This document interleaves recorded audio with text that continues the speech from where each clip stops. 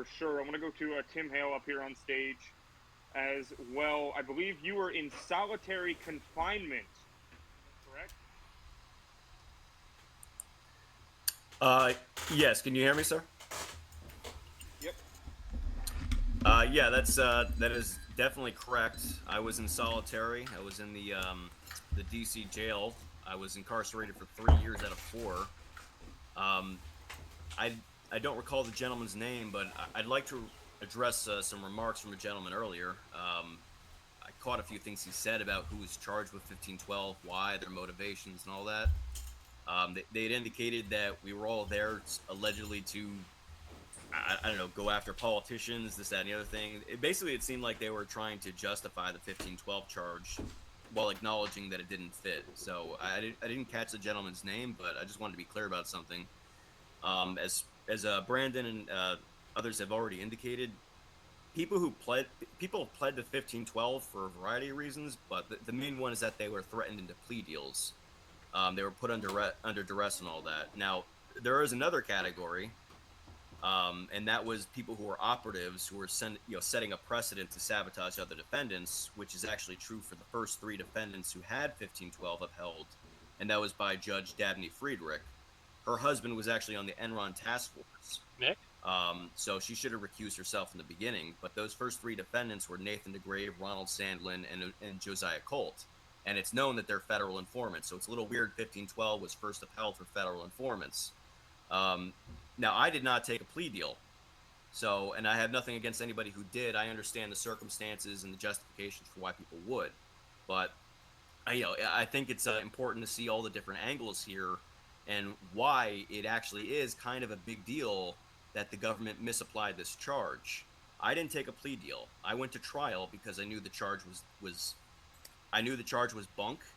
Um, it didn't fit my actual conduct that day, and I was willing to fall on the sword, you know, because that's just the kind of guy I am. Um, I was convicted by a biased jury. My rights were routinely violated. I was sentenced to 4 years. I did three. President Trump signed the First Step Act. If he didn't, I would have had to do more time. I had no intention to tamper with documents, nor did anybody else I know of. I think that's a Fed narrative and it's nonsense. Um, Even if you don't want to say it was, I mean, the gentleman indicated that we were like in there to infiltrate and hunt politicians. I'm on CCTV wandering around looking at statues. I've posted the video. And, it's not some ploy by Tucker Carlson or something like that to distort the perception of that day by showing that people were wandering around the building. There were bad actors, but for the most part, people were treating it like it was a museum tour because it pretty much was. That doesn't mean some people didn't get out of hand, but the 1512 charge never should have been brought. So I don't know anybody that was there to harm legislators, and I can't believe people still believe that after 3 years. Now, being the most charitable, the 1512 charge has caused a humanitarian disaster. So, hand waving that, hand waving that with fallacious claims about how we deserved the fake charge when it wasn't a real charge is disturbing to hear from an American. Our common law system, and I don't need to preach to the choir. I know a lot of people here are lawyers, but I mean, just being a layman, I know that our common law system only works if we agree that the law applies equally across the board. And so a defendant's mens rea actually has to fit the accusations against them, their actual charges. We can't just apply charges to people because we want to give them something. And so, I mean, if there's any doubt that 1512 was weaponized for political purposes, I would also say that I was arrested early with misdemeanors. And I was only indicted with 1512 after Biden's inauguration. So the charge never fit. It never deserved to be brought. And I'll go even further and say people like me, and that's not to mitigate any other defendants, but there were a lot of men who I was locked up with in the DC jail. There were a lot of people locked up who were denied bond, who are still in other jails. And there are a lot of people who are rotting in prison who have ridiculous sentences because of the 1512. Um, this this was a witch hunt. I know it's cliche to say at this point, but it was a witch hunt. 1512 was deliberately used by the government to go after Trump and to go after us. There's no excuse for it. And I'll keep rambling and rambling if I don't stop now, but I don't understand how anybody could still make excuses for this after 3 years. I mean, even if you don't like Trump or you don't like what happened on January 6th, you don't have to. But it was completely unnecessary the way the government engaged in this shock and awe campaign, basically to silence political dissent. So I'll just leave it at that. I appreciate it. Yeah, no, no. Go ahead, Nick. No. Go ahead, David. I'll ask Chris a question after that. Go ahead. Yeah. So, Nick, Tim, I want to give you a follow up because this is what I was referencing earlier. Stories like yours and Larry's, because now you served 3 years in jail, a year of that in solitary confinement for your own good, for your own protection because of COVID. Now, it was on 1512, the plea bargain you took. This is what is so, for me, so significant about 1512 because it was a misapplied or maybe an overused uh, felony that they used to tack on to make sure that the crimes fit. How, I want to ask you, I mean, how does it feel today knowing that you spent 3 years in jail, a year of which in solitary confinement? I can't even imagine what it was like in solitary confinement for an entire year. I mean, that's 23 hours a day in lockdown. How does it feel knowing that that was what you got convicted of, and what do you hope comes out of this? I mean, are you looking for some sort of and what would justice look like for you in the wake of knowing that you served 3 years of your life for basically nothing at this point? Um, well, that's a very good question. Well, first, I just want to clarify. I went to trial. I actually didn't take a plea, so I fought my case to the very end. Um, I fought bond denial after bond denial. I fought for a speedy trial, that I never got. I fought for a fair trial, which I never got. I fought for reconsiderations I never got, appeals I never got. I fought my case because I know that, and again, this isn't a knock on anybody, but I know that once you set precedent, it's very hard to reverse it. And so, I encouraged everybody, always to fight their cases. But again, I understand not everybody can because of their personal circumstances. I happen to be a single man, childless. You know, when I was arrested, I pretty much already lost everything. They took my career, they took my uniform, they took everything. So I had nothing to lose by fighting.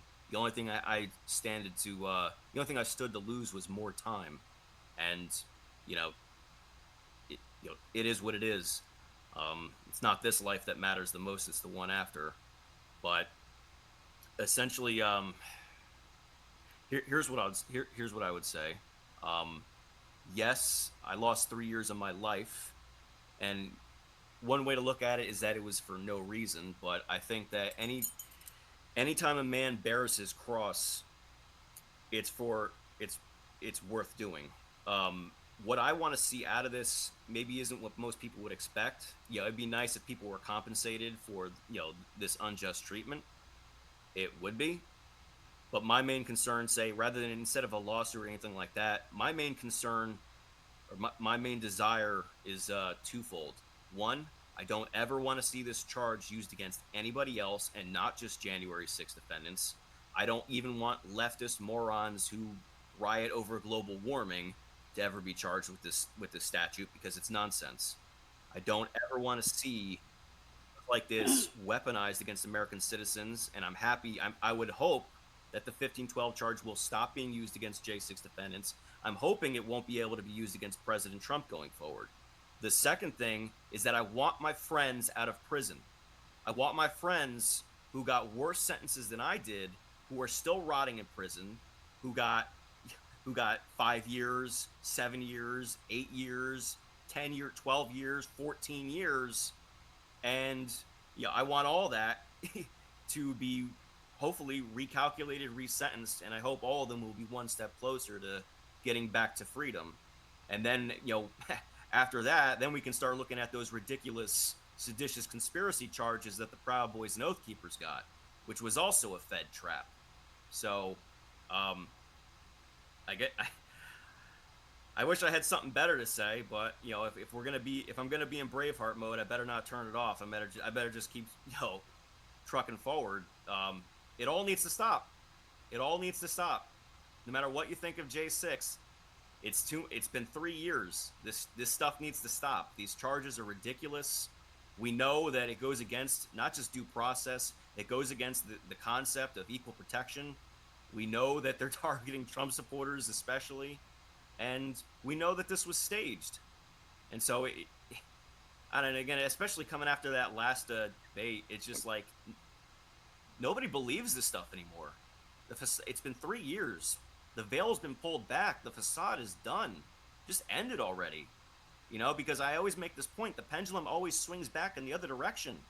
I don't want to persecute my enemies either. But they're creating this precedent. And like I said, in our system, it's one of the benefits of the common law system, but it's also one of the downsides. When you create a precedent, it's really hard to reverse it. Every decision they make to target us is a decision that can be used against someone else. I recall vividly when I saw that my case law, my case was being cited in other cases. And so they denied me bond over memes and dark humor and jokes, and now they can use that against people that aren't even related to J6.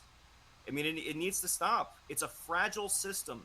It only works if we believe in it. And civil liberties only exist if the people in charge respect them. It's a fragile system, even though it's a good one. And so going forward, this all just has to stop. We need, there's been a pretty important observation. Yes, you need to show lenity. And, I always make this observation too as a history major. When you look at Washington or Adams or even Lincoln or Harding, it's not a good look when you can't show leniency to the dissident. It's healthy for a republic, maybe not for there to be rebellions or anything like that. I'm not saying that. But dissent is healthy. We've heard that during the Iraq War from the left all the time. Protest is patriotic. And so the idea that we're going to hunt down political opponents, even if they got extremely out of hand, it's un-American. True leadership is being able to take a step back and say, look, we don't all agree, but I'm not going to hunt down my own citizens, or I'm not going to entrap a third of the population. This stuff needs to stop. Was January 6th worse than than Frey's rebellion? Was it worse than the Whiskey Rebellion? Was it worse than the Civil War? I mean, our real leaders show leniency to the defeated. It's actually a virtuous thing. And so I'll just end with that. My friends, for the most part, did nothing wrong. And even if I don't agree with all their conduct from that day, they don't deserve to rot in prison for decades. They don't deserve to be smeared. And they don't deserve to have their lives torn apart and to have their families ripped from them. They don't deserve this. This isn't a banana republic. This is the United States. And so that's that. That's all I got to say. Whoever thinks that the 1512 was deserved while simultaneously acknowledging the statute doesn't fit, I don't know what to say. I hope you really think about what being an American is really about. And I hope you think about what a justice system really should be for in a civilized society. That's all I got. And Tim, that was really great. They're honestly, like, typically I limit the amount of time that somebody will speak, but your speech was so honestly, it was like heart-wrenching. It really puts into perspective how much these J6 political prisoners have gone through, how much it has upended their lives. You also mentioned the women I'm sorry, the people that have even wives and children. They even lost their careers, and they've lost absolutely everything with these bullshit charges that they knew was bullshit from the beginning. It was all meant just to scare people and take political prisoners. That's all this was. It's incredible that it took this long, to be honest, to have a little bit of justice. But I don't think justice is going to be served just yet. I think there's still more to this fight. Lectern, guy, I'll get to you in just a second, but Chris Weiss back here up on stage. Chris, I don't know how much of Tim's speech you heard there, but what sort of recourse would these political prisoners have? Are there any is there anything they can do civilly? Can they sue the government and hopefully get some of their life back? Some of these people have lost absolutely everything. Their savings accounts, they've gone bankrupt. Is there anything that can be done about that civilly at this point? Not as the law stands today. Typically, these judges and these prosecutors have absolute immunity from civil, liability. Of course, Congress could enact a compensation package, and we've done that before. Where the government has wronged, a large group of people, um, and that could be possible. I am hopeful, frankly, after last night's debate that we're looking at pardons, in early January of next year for, hopefully everybody or almost everybody that was involved in January 6th. At least that will, end sort of the pain of all of this. I mean, I've got a sentencing on January 8th in D.C. for a guy with a disabled son who went into, was on the West Terrace, and this is just endemic of sort of all of these January 6th prosecutions. He actually pulled Officer Fanone back up as he was being tased to intervene, pulled him back into the police line. And the government spends, the majority of the sentencing brief talking about how bad the West Terrace was because of what happened to Fanone, arguing effectively that he was part of it when he actually saved Fanone. Like, it's on video. I'm like, you lying, awful, awful human beings. I actually, I don't do it often. I cited Berger, which is like a prosecutorial misconduct. I'm like, this is prosecutorial misconduct. It's in front of Nichols. I think they're going to get an earful on January 8th, when we go in for that sentencing.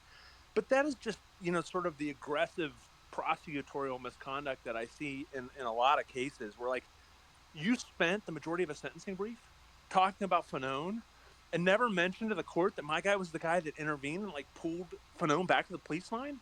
You lying, dishonest, evil, evil people. Like, you should lose your law license for that. And yet, that is just par for the course of what we're seeing in these January 6th prosecutions. It makes me sick. I'm hopeful. I think the fix to a lot of what ails us may be next January. Yeah, so I want to go to Lectern guy, who we have up here on stage, also a victim of the system. Lectern guy, how long did they have you behind bars, and were you behind bars on 1512 charges? I didn't get the 1512. I got a felony for theft of government for moving furniture 20 yards. I got 2 misdemeanors for walking into a building. We beat the felony charge, cost us $100,000. They ended up giving me 75 days in prison, $5,000 fine, 200 hours community service, and a year of supervised release. Yeah, and so at this point,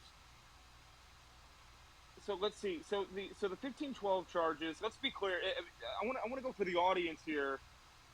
Chris, can you kind of just briefly explain to the audience what these 1512 charges are and what was overturned today? Or I'm sorry, not what was overturned today. What the ruling was today. Yeah. So 1512 they're effectively an obstruction charge, and they were passed. 1512 was passed in the wake of Sarbanes-Oxley. I know, for the younger folks here that may not remember it, but there was this massive, massive financial fraud going on, and they were involved in, like, cooking books. Okay. And the reaction was to pass 1512 by Congress as part of Sarbanes. And the prosecutors have been charging January 6th, arguing that the proceedings of Congress, the certification, was an official government proceeding. And because, people, went into the Capitol and that caused the pausing of the congressional certification, that fit within the ambit of 1512. The problem is 1512 talks about the destruction of books and records and things like that. And there was this, sort of catch-all phrase in 1512 that ended the sentence that said and things that are otherwise like these other things in the list. The problem is interfering with a congressional sort of action on the floor. It had nothing to do with, like, destroying books and records in a government investigation or proceeding. And so, it was a gross misuse of the statute. And, there were a lot of these charges, and people moved to dismiss. People objected to jury instructions with this gross overreach by the government and the gross expansion of the statute. And the Supreme Court basically said, listen,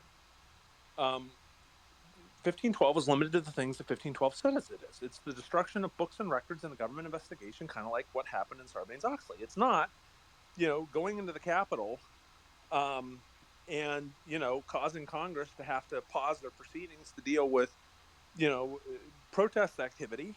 That doesn't fit. And so effectively what the Supreme Court said is the statute is narrow. The statute means what the statute says. And as a consequence of that, I mean, the government can't show any of these folks, one, there was like a government investigation like Starbucks. That's not what January 6 cases are. Or two, that anybody destroyed records or proceedings. It's not like anybody was like tearing up electoral votes or anything like that. And I think as a consequence of that, all these 1512 prosecutions are invalid. They've misapplied the statute. Now, that doesn't kind of overturn every single 1512 case. That obviously it overturned Fisher, the Fisher case itself, the parties to that case. And as I previously indicated, there's going to have to be additional judicial action to overturn the 1512 cases. If it's in the DC Circuit, they'll have to reverse and remand. If it's in the trial court, they'll have to fix it. If somebody's completely sentenced, you may need some, and there is no appeal, you may need a motion practice. But that was what today's ruling did.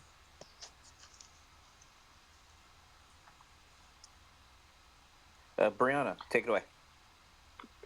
Thank you so much. Hang on first. Before we go to Brianna, I'm sorry. We'll get to you here in just a second. I want to go to Dan Ball, who's also up here on stage. Dan, welcome. Great to have you. Your thoughts on this today? Your thoughts on the prosecution of J6ers to begin with? I know that you have a hell of a lot of opinions on this, so I want to hear them. I do, but it's morning and I'm not feisty. So Brianna's been waiting longer than me. Wait, Dan, you're Ladies not feisty. First. What? Ladies first. Let Brianna go, then come back. She was waiting way before me. He's still resting his voice from a. He has yelling last night. Yeah, he has a frenemy, and their relationship started rocky, and then they made peace, and it seems like it's back rocky again. But I think an edible arrangement and a bouquet of flowers will probably make them besties again. So I think he's still trying to recover from that. So no, David, I'm not recovering from that. I just don't give quarter to dumb shits. Okay, people who still are going to vote for Joe Biden after that performance, people that think January 6ers should be locked up for the rest of their lives. Anybody like that, I don't give you fucking quarter. Anyway, Brianna, go ahead. Thank you, Dan. I appreciate it. Good morning, gentlemen. This is a very momentous and exciting day, not just because of the Supreme Court's decision on J6, but also because of the overturning of Chevron deference. Oh my goodness. I almost broke out into tears. This is a very exciting day. And I'm just curious for Chris and any of the other any other attorneys on stage, how you think potentially the overturning of Chevron doctrine, Chevron deference, may impact the capricious application of the DOJ's interpretation of things like 1512, for example. Well, I think the application of Chevron is generally more an administrative and not a criminal milieu, at least the way that it's been used in the past. I don't see the connection, other than at a 50,000 foot level, that the court should not be so deferential to the decisions of the administrative state. It isn't the decisions, as I pointed out before, of Congress and the law, the statute, but the way that Congress works is when a law is passed, it authorizes the administration to write the statute and then enforce the statute. And because the administrative state had that sort of power in the past, and that was the way it works, Chevron came down and said, no, deference has to be given to the administrative state, those bureaucrats, because they're following on from the orders or suggestions that were inherent in the statute when it was passed into law when the president signs it. So I don't know that Chevron comes in on the 1512 issues or the issues of lawfare, except that it should be instructing the court they should not be so deferential, not only to the administrative state, but in this circumstance, hopefully, the Department of Justice, in the way that they allow the prosecutors, let's call it broad discretion. I would call it abuse their prosecutorial tactics. I think that's the only hope for Chevron in this effort. But curious question. Thanks for the question. Do you mind if I jump in on that? Because I do think that I think that the Chevron decision is going to have a bearing in this way.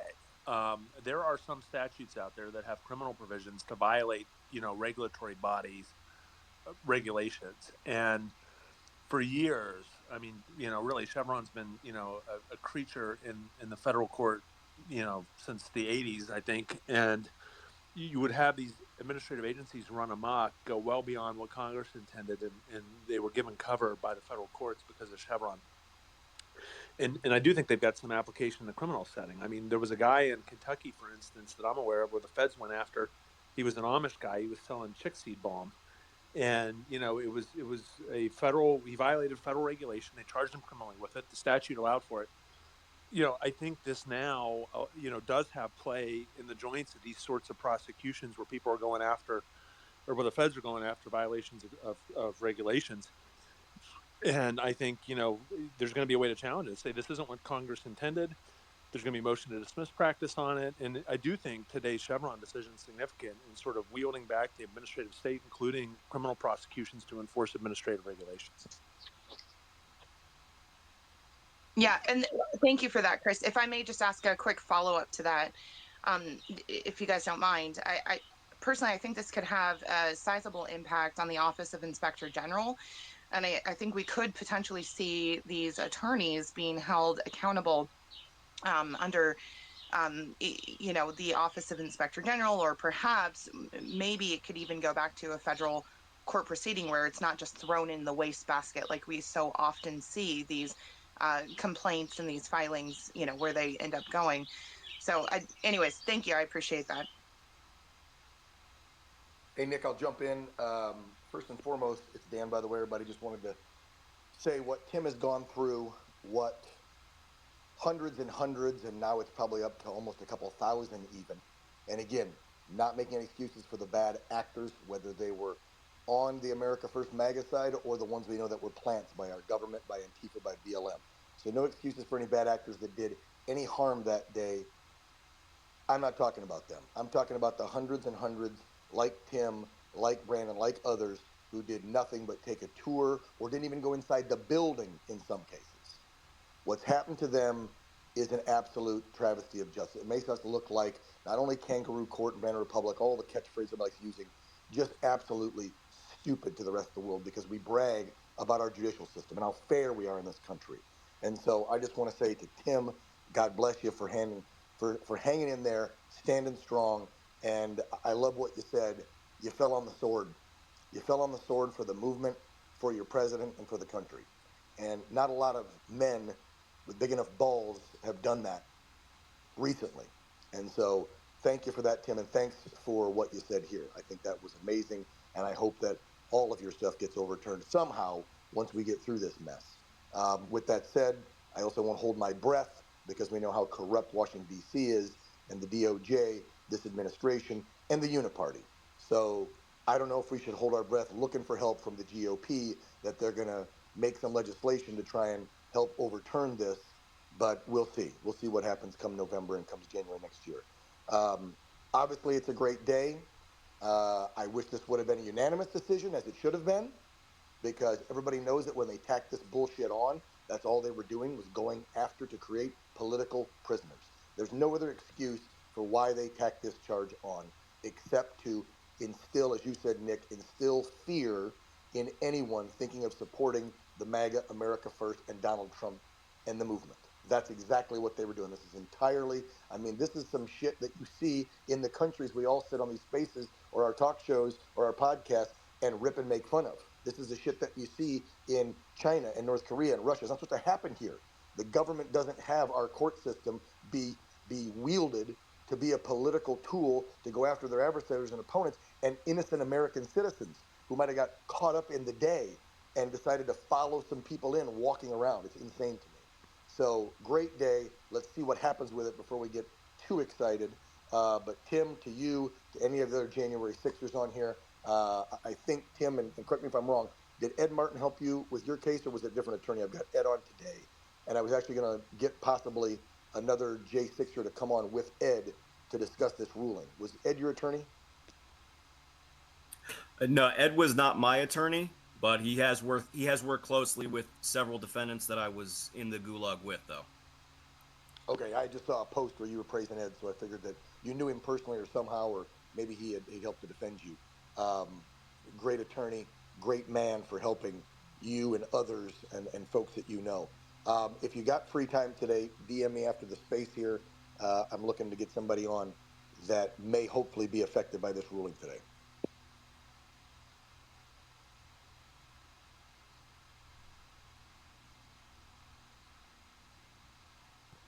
That's your cue, David and Nick, to take it back over. Yeah, we got it, Dan. Yeah, I'll connect, Dan. I'll connect you with Tim in the back channels. Tim's a friend.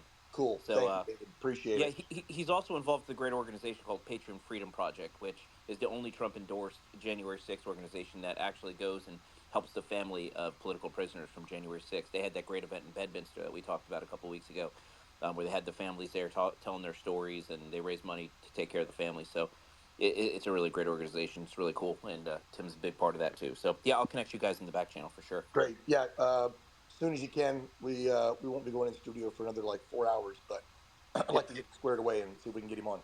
Take care of it right away. All right, let's go. Nick, you want me to give it over to Jack Tron? Go ahead, Jack Tron.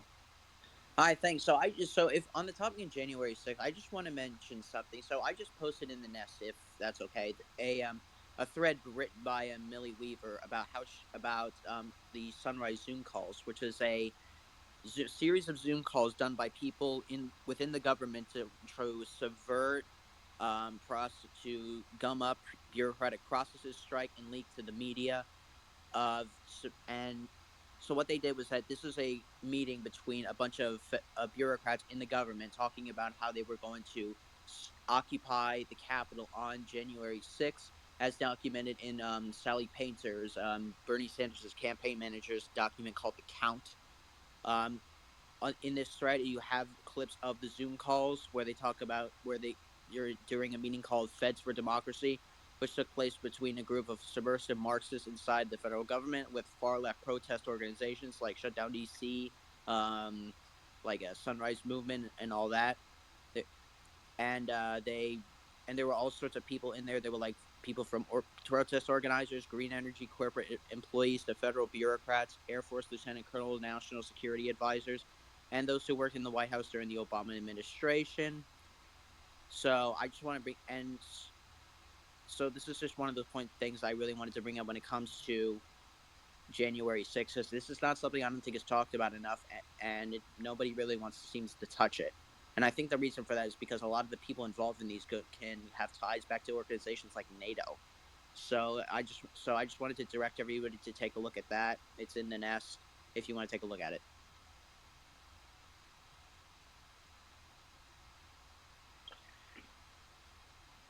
All right. Well, what I think we're going to do here is we'll probably go ahead and because we're planning a pretty big space for Monday. It's probably when there's going to be immunity. That'll be a decision on the immunity for President Trump. David, I don't know if you can kind of give us a little bit of a summary as to what that could be about and what we could possibly see on Monday. I don't know that we're going to get that on Monday. We will see. I hope we will. Um, it's going to that decision How many could more have some. How many more are left? I think this was the last one. I think immunity is the last one. I think we had Chevron. We Well, they just had. added Monday as an opinion day. Oh my gosh, that would be amazing. Now let me tell you, and I'll back up and then I'll go forward because I need to back up first because it's an important point to make. The debate last night, and I talked to a couple of people about this and couple of lawyers in a few different spaces. I think the debate last night was more significant to what's going to happen in the lawfare against Trump than it was in what's going to happen in the presidential election. Because last night you had two men on stage, and CNN did Trump a solid by referring to him as President Trump all night. President Trump, President Trump, President Trump. And so you had two men that were former presidents. It was the first time in history the two presidents were debating each other, I believe. And so you had this instance where you had CNN making President Trump look like a president, a current president, not a former president.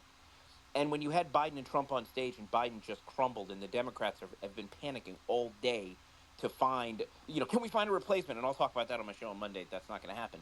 But the point I'm getting at is June 11th, July 11th. Damn it, there's too many J's. July 11th is sentencing. This judge is not, after what happened, there's no way the American people will tolerate an incarceration or even home confinement of President Trump after he was just presented to the American people as the president of the United States again.